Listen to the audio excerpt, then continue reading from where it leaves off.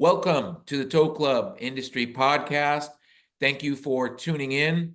Thanks for the Many of invite. you know, I've always wanted to have guests that were in and around the towing industry, and today is no different. I have a very interesting guest who plays a very large part in slow down and move over, and is also what I consider to be an expert in heavy duty towing and recovery. I have Papa Bear, Mr. Rick Renders. Sorry, I almost Yep, no screwed that problem. up. Rick, thank you for joining us. No problem. Glad to be here. Awesome, awesome. So I'm going to go ahead and get right to it. And one of the things that, just so everybody knows, I did heavy duty towing and recovery for about 11 years. I'm certainly not as qualified as Rick to discuss the various, challenges with heavy duty towing and recovery. But Rick, I did want to ask, you know, what do most light duty towers sort of fail to understand about the type of work that you do? Because when I see comments online, sometimes I just like, I'm just like, what are these people talking about? But I'd like to hear your perspective on this. Light duty towing that's where I started is in a 1 ton. And it's totally different than heavies. It's a little bigger in the heavies, but you just got your small situations. Uh, one of the main things is I've learned in years training at 1 ton drivers, even though I am a heavy. These kids are changing tires, doing boosts. It's all dangerous, no matter what we do. I would make a suggestion that anybody that's going to be in a 1 ton for a long time, buy knee pads. Kneeling on gravel and pavement and grass, your knees get scarred, and you don't notice it till it's too late. I had a inch and a half growth on my left knee of scar tissue, and they were going to operate.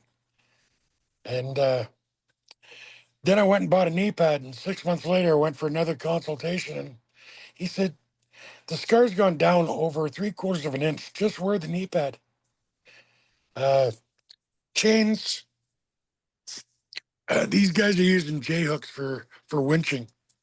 J hooks, if you're on a really heavy winch, straighten real quick, and when they come off, they fly back. You can't stop it unless you're using the uh, the newer cables, the fiber cables.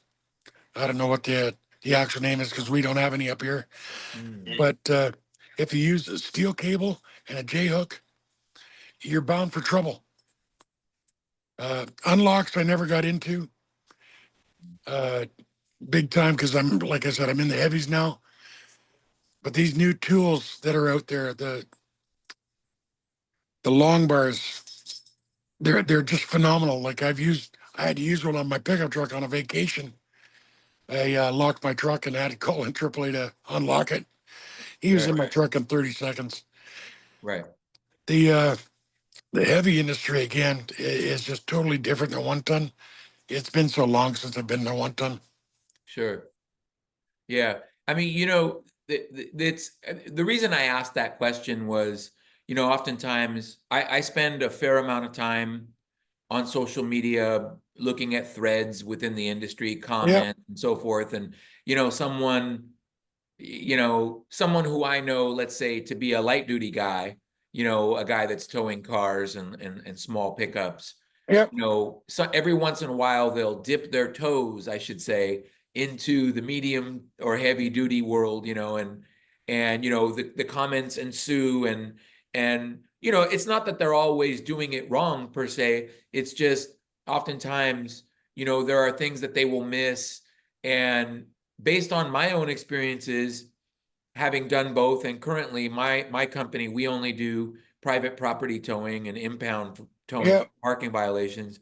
I do want to caution those that are listening, like, if you decide that, oh, I want to get into medium and or heavy duty towing, please know what you're doing. Don't take risks that, unless you're Exactly. familiar. Exactly. The best thing to do is get into a company. You would not believe how many videos I watch of Ron Pratt, Midwest Towing, uh, Pepe's out of LA. Yeah, These guys are phenomenal.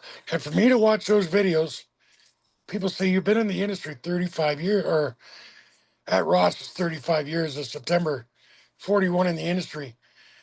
If you learn one thing a day, you're having a great day. yeah, And like I've learned numerous stuff off of both those companies. And I've watched everything auto out of Tennessee. 1 ton towing. He's him and his wife. They're a team. They're phenomenal, and they videotape everything. Uh, and he is 99% parking lot. Uh, I don't think he does that many repos, mhm, but now his son's in it, and he's driving a 3 ton. And the way they have to tow out of some of those small parking lots, just phenomenal. yep, But like I said, they videotape everything. If there's a scratch on the car, it's on their videotape so they don't get blamed. yeah. If you're in a 1 ton and you pull up on a just a broke down vehicle, even though it's a broke down, walk around the car. Oh yeah, You're going to get blamed for so many scratches oh yeah, that you're going to want to get out of the industry. yep. Just walk around the car, videotape everything, Yeah. Yeah, right? and you know, private property towing, Oh, the exactly. blame is even worse, right? Because Yep, that's non-consensual towing. So yep, the owners of these cars, I mean, I hate to paint them all with the same brush, but the issue is that the owners of these cars, they're looking for a way out of the tow, right? exactly. They They try to don't want to pay a weasel, time. oh, you did this or you did that because my company, that's what we exclusively do. And you know, it's a difficult proposition, but Yep. it leads me Rick, to something that I really wanted to you know, the next question I wanted to ask you, because one of the things that, and I hope people that are listening understand this, Rick is from Ontario, Canada, and his perspective is going to be maybe slightly different than us in the States in terms of this next question, which is, how difficult is it for you to get paid for your services in the heavy duty world in Canada? In Ontario, we get paid for 95% of the stuff we do, Okay, great. whether it be upfront or contracts. We've got probably 20,000 contracts with US companies because they travel through Ontario to get to New York, Quebec, the East Coast, and from the Buffalo area, they come through to go to Detroit. Vehicles break down. The amount of people that we tow every day is phenomenal. But sometimes we might not get a heavy tow at all in a Right. 24-hour period. But right now in the snow season, we're busier than heck. Yeah. Uh, I can imagine. And it's not easy to work in these conditions, obviously, you know? oh, you gotta love the industry. Like I said, I've been doing it 41 years now, 35 at Ross's, and the only reason I love helping people. When I was a kid, I was a bad guy. Not a bad guy, but I didn't care about anybody. Now I got married. I care about everyone now. Doesn't matter who you are. Doesn't matter who you are. The uh, the towing industry is in for a big change up here and down there because it's a dangerous job. It Yeah. is. Like I've been off since December 13th. I had an incident where I destroyed my leg and had surgery. I started physio yesterday, and the company did everything they could to help me. Now it's in workers' compensation's hand, Got it. and they're not helping at all for some reason. Oh, wow. It's going to be difficult. I'm Well, I hope that gets squared away for you, though. You know, I mean, hopefully. eventually it will. It Yeah. just the bank wants this, the bank wants that, and I just don't have it. Got And it. like I said, the company's tried, done everything that they could, and I don't want to go into debt more. So we're living by one day at a time, let's say. But I I'm hear you. happy with it. My Yeah. kids are here; they're all great. Uh, they're coming to help my wife and me, and like I can barely move. My leg is basically straight, even though I started physio. but they figure another couple months. I'll be back in my truck. People are at All work are right. saying, "Is he Well, coming back?" I'm looking forward to that. Guys at work are, "Is he coming back? Is he going to be in a 1 ton?" Nope, I won't be in a 1 ton. The Nope, thing with a 1 ton, you got to kneel down every time. With a heavy, you don't have to kneel that down, is true. Yeah, that is right? true. Yeah, And I'm 60, 62 and a half, getting up there, got you. right? But I'm here to support every tow company, every operator. Uh, the main thing is SDMO, slow down and move over, That's not right. slow down or move over. You see something down the road, move over before it's too late, Right. right? Then if Yeah, somebody passes you on the inside, something happens, you're not responsible, right? yeah, Too many people are looking at the end of their hood. yeah, Look 2 miles down the road. You right. see something way down there, you get lots of time to move over, Yeah, right? Too many operators are getting hit, too many police, fire, ambulance, road worker, tire changer. We're getting hit way too much. I just wish that I know it's law in North America now, SDMO, yeah, North America, every yeah. state, every province, every territory, right? Well, Rick, on behalf of the industry, I want to thank you for promoting that because, my take on it is, first, as I said, thank you, but I think we need the technology because it's one thing to say it. Yeah. It's another thing to make it happen in practice. And so I think in the vehicles, we had a guest on, Devin Banks. I know you're familiar with Oh, her. love her. We had one of her counterparts at the time with a company that is engaging in technology that's going to help you know, provide. It's Haas Alert. I'm sure everybody knows, Yeah, but it's a company that's going to help perhaps reduce these instances and the OEMs now. And I'm grateful for this. I think the newer vehicles, the ADAS, the advanced driver assistance features on a lot of these vehicles will, in my opinion, and in the opinion of the people that do this for a living, will reduce the likelihood of first responders being hit. So I'm grateful for that. I'm encouraged. It can't come soon enough. yep, As I've mentioned to virtually every guest that we've had, that it's not going to go from here to here, right? But if we can get it to do this, right? And yep. as much as I don't want anyone to be hit, we need to reduce these instances because I think eliminating them is probably not realistic. Um, Yep. if we can reduce them, I welcome that. I've got a I 2019 Dodge Ram, and I was driving on the road. It took over my whole stereo. Uh, Emergency service vehicle ahead. That's great. But it all depends on the CAA, which is similar to your AAA. Correct. 99% of them have this in their truck. When they turn on the PTO and the whoopee lights, it automatically turns on this communicator that sends it to any vehicle that has this installed in their vehicle. Yeah. So 2 miles ahead, there was a CAA tow truck hooking up to a vehicle. Right. It warned me of that, Yeah. which I think should be in every vehicle. But again, it needs to start with driver educational schools. Tell these people, instruct them when you're teaching them how to drive, explain to them the law. Right. So it gets put in their head at a young age. I've gone to so many schools, high schools, and driver's ed schools, trucking schools. And I'm about, do you guys know this law? Never heard of it. Until last year, it wasn't in the training manuals. Now in Ontario, it is in the training manuals. So you know about it when you're doing school. It's Yeah. got to start from the ground up. Well, it's good to hear that, first of all. That's kind of a segue into what I wanted to talk to you about because obviously you've been doing this for over 4 decades.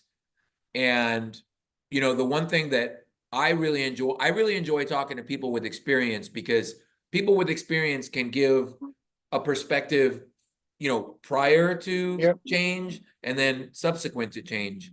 I wanted to ask you, what do you think that what advice would you give and what challenges you think exist for younger towers that look at somebody like you and say, I want to do heavy duty towing and recovery? What advice would you give them?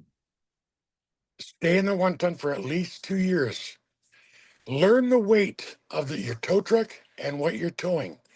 Learn the distances of how far to stop, how far to slow down before the stop. People, even our drivers, are way too quick. They pull up on intersections with a load and the load pushes them. They forget about the empty weight that you got no brakes on. Right. I've had so many vehicles on the back of my tow truck, like tractor trailers loaded 80,000, garbage haulers with 145,000.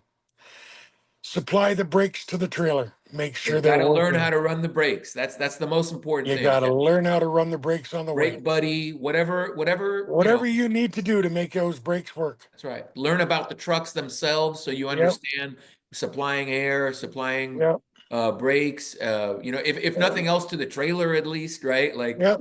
yeah, If you can work with let's say it's a towing company that has their own mechanics. If you have an issue in your 1 ton about your braking system, go talk to them. Ask them how it works. right, Be mechanically inclined. right. There's a lot of tow ops there that are strictly tow ops. But if you can be mechanically inclined, you're a tow operator, you're uh, better yourself. If you have to go to school to learn this stuff, then do it. And Right? invest in your trade, right? Driveline Exactly. tools, axle I, removal I, I've tools, all got that. I've got so much money involved in my tow truck that like the company supplies all our tools. That's But great. but being in the industry, I've bought custom tools, custom wrenches. I've made custom wrenches for these new drive shafts, 21 millimeter bolts that you can't put a wrench on the end. I bought a brand new wrench. I cut the end off it so it only catches 5 out of the 6 halves because it's so close to the diff that you can't get a full round You can't wrench wrap on. around the head of the bolt, Right. right? Yeah, And why would you do that? It makes my life easier instead of me having to grind it off, cut it off with a torch. right. The less time I'm underneath that truck, the quicker I'm out of the area. The safer you are. Right. Yep. Uh, we've got the new cone lights. You got your pylon, and we've bought lights for the top of the pylons that are strobe lights. Put them on your cones while you're hooking up. Every little light helps to the side. When I'm in front of a truck, you can't see my whoopee lights. I've got little tiny magnetic blue and red strobes. I'll put on the back of the trailer before I start anything. So I hate to say it, they think I'm a cop, right? So they move over. Whatever it Tricks off. takes. Whatever it takes, man. Whatever it takes. Yeah. 90. I hate to say it, but I'm one of the worst ones. I'm always on the driver's side of the truck on my controls, never on the passenger side. If I'm on the driver's side, I'm looking past the truck I'm hooking up to. I can see what's coming. I can dive. If I'm on the passenger side, you can't see around the tractor trailer. Gotcha. You don't know if something's coming at you. And always, when you're walking towards your truck, face the traffic. Back up towards your truck. If you have to dive under your truck, do it. I've done it. Don't throw things at vehicles that are getting close to you.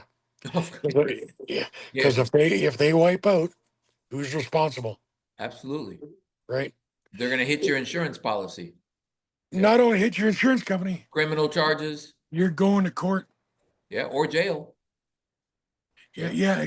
yeah. If somebody gets fatal Yeah. because you did something, Yeah. you're done Yeah. for life.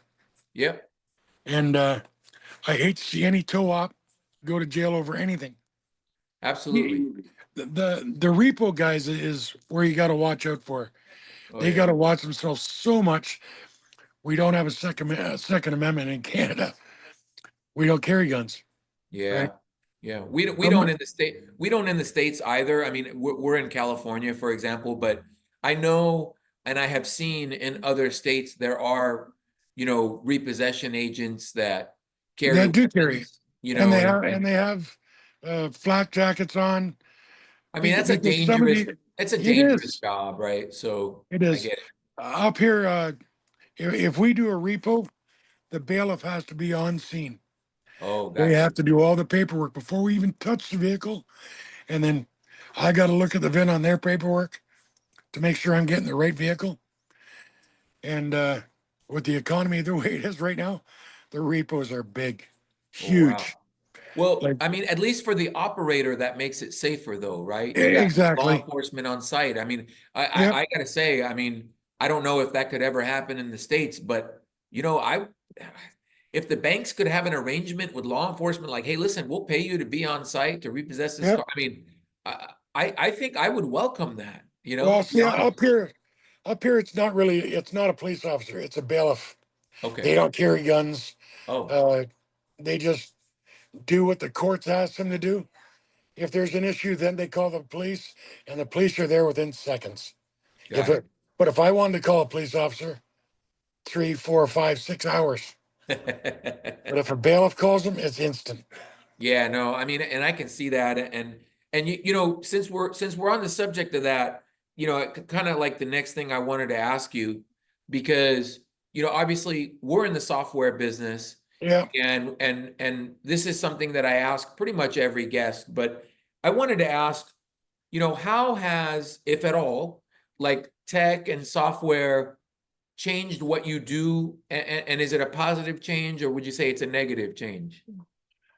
Uh, the tech and software that we have now, like our dispatch, they can send me a call. It comes up on a computer screen, and they can route me instead of me having to look at my maps and my GPSs. They can route me, and I can hit a button, and it'll turn into the GPS, and it'll take me exactly where I have to go. That way, I'm not touching anything going down the road. That's awesome, right? Uh, and also involved in our GPSs, we have now have ELDs in our trucks. Yeah. Uh, we cross the border a lot, Oh, so do we you? we we have to have our logbooks updated and like all that stuff. Like into Because Michigan a lot, I take it? Michigan, Tennessee, where I had my accident, West Virginia, Oh, right, okay. and that's 15 hours away, and like we have to have all that. We go through the scales like everybody else. Uh, the safety chains, going back to the drivers, use your safety chains. Oh, Like yeah. it's I you mean, would that should never. be a given. That should be a given, man. We at this stage of the game, you and I should not. I mean, I'm glad you brought it up, but it's somewhat frustrating to me because I still see every once in a Oh, while, I'll see a local company, straps on a light duty record, right? Straps, no yeah. chains. It's like, man, like, something can happen. Why would you? It takes 10 seconds, Flatbeds, hook on the front, hook on the rear. What's that holding, Not much. right? And especially up here in the snow, you turn a hard corner, that thing's sliding sideways. You might think your deck is safe. It's not. All four corners. Then your two safety chains. Do protect yourself. And when you protect yourself, you're protecting everybody else, right? Yeah. Uh, the the the internet, iPhones catch Yeah. everything. The tow warriors out there that complain about this, complain about that. We've seen it all. Don't call the company to complain. Don't put it on the internet if somebody's doing something stupid. Yeah. Right? Pull the guy over and say, "Hey, man, let's do this together. Let's fix your hookup." Right? Sure. Uh, I've gone down the highway when I'm not loaded. If I see a wrecker on the side of the road, I'll pull over a quarter mile down, turn my lights on, just to protect them. Mm. If they hit me over hitting them, I'd rather that happen. right? Uh, if you can't pull over to help somebody, slow down, make sure the cars behind you are slowing down, and then move over when you can. Right. That's my main thing is the SDMO. Yep. Uh, People out here don't care anymore. I They know. don't. I know. We see it in the States too. I mean, it's tragic, man. I mean, just the way people drive recklessly and We're yeah. your 51st state. You know that, right? No, I know. I know. And we obviously we have so much in common with Canada. I mean, Yes. I've never I know obviously Canada is it's a sovereign country, but I've never really for once thought Canada was too much different than the United States in many respects. So I always looked at it as a brother, Yeah. country as opposed to, other countries that are so much different, whether it's economic, governmental Yeah. or otherwise. But Like, that does lead me to sort of the final point I want to make. I've taken a lot of your time. oh, we're good, man. I wanted to ask, if you could choose one thing that you would like to see change in towing, what do you think that thing would be? Is it like operator pay? Is it the way we charge for our services? What do you feel is kind of the most, thing that you would want to change? In the towing industry, getting your drivers more money, whether you have to raise your rates, getting your drivers more money, and I think it's what's it called on there, 401k Yeah. Retirement retirement plans. package. Give your drivers a retirement package. Uh, Even if it's only 4%, he puts in four, you put in four. Right. 40 years down or 30 years down the road, he's got some money. You can't tell me that every straight tow operator, not an owner operator, straight tow operator has any money in the bank. I had four kids, five grandkids. I've got no money in the bank. I'm just an operator. I'm not making any money right now because I'm out of work. Workman's comp isn't paying me right now. We don't know why, but they're still fighting. So I'm living off what I had in the bank. I got another probably month and a half before I'm out of funds, and then I'm gonna have to start going borrow money. I don't want to. If I could get into a 401k and take money out to help pay my bills, I It would would. be helpful. It Yeah. would. Yeah. Uh, Another thing is, I've written so many letters to manufacturers about this is just the heavy industry Sure. about their plastic fairings, about changing their rear ends every 3 years. Like the new 21, 22 millimeter rear ends, go back to your half-inch drive, four bolts into the rear end. That's like those 21 millimeters, you could take up to an hour to pull one drive shaft, right? And these new differentials that are out there, a lot of these guys are putting uh, stupid caps on, and you can't get the axles out, especially motorhomes.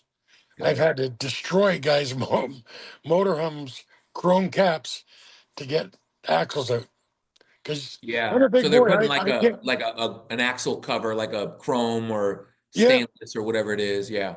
I can't. I'm a big boy. I can't crawl underneath a lot of these motorhomes. Sure. Uh, but the manufacturers don't care. Our trucks leave the line, they're working. Once it's left their place, they don't care.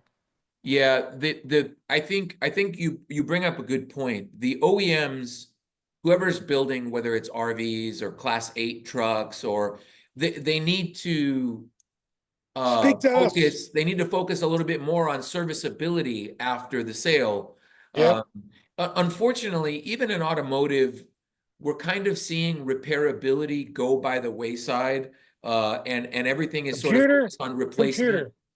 computer, computer. Yes, yeah, Just get yeah. rid of the part, put a new one on.